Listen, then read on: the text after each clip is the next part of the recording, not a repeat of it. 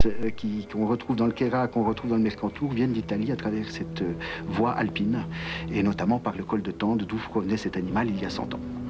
Précisément, la région du Queyras, c'est une région assez sauvage qu'on connaît assez mal. Ça se situe grosso modo au sud-est de Grenoble, juste de l'autre côté de la ville de Turin.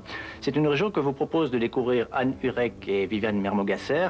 Là aussi, le loup, tout le monde en parle, mais personne ne le voit. On en a fait carrément un argument touristique.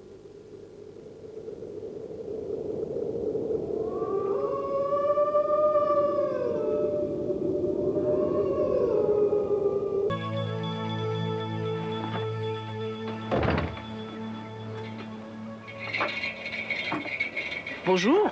Bonjour. Je peux vous poser une petite question? Oui. C'est qui le monsieur qui est derrière vous?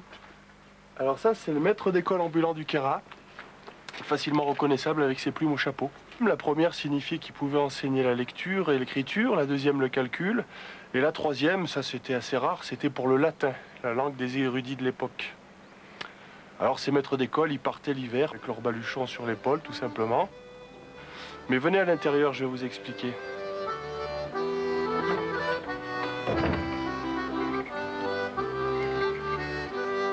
Ah, voilà encore un, notre maître d'école du Queyras. C'est un peu un leitmotiv, un archétype qui revient toujours dans mon travail.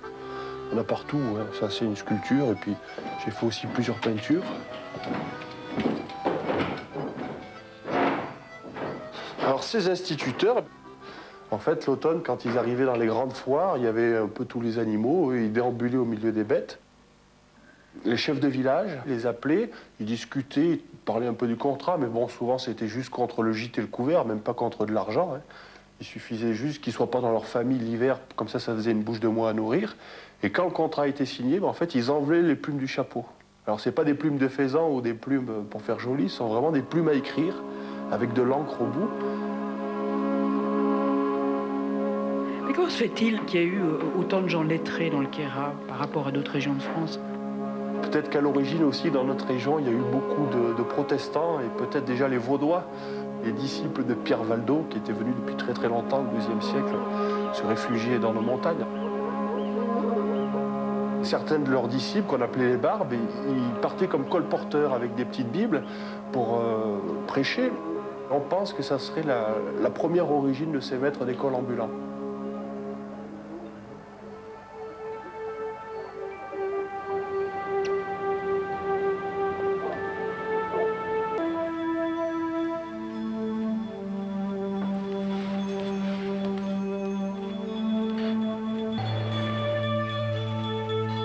Oh Stéphane!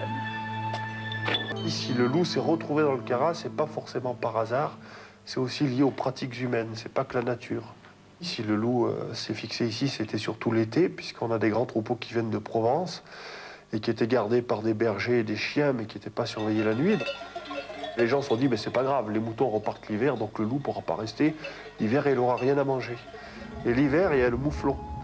C'est pour ça que le loup a fait un petit carnage au milieu des troupeaux de mouflons.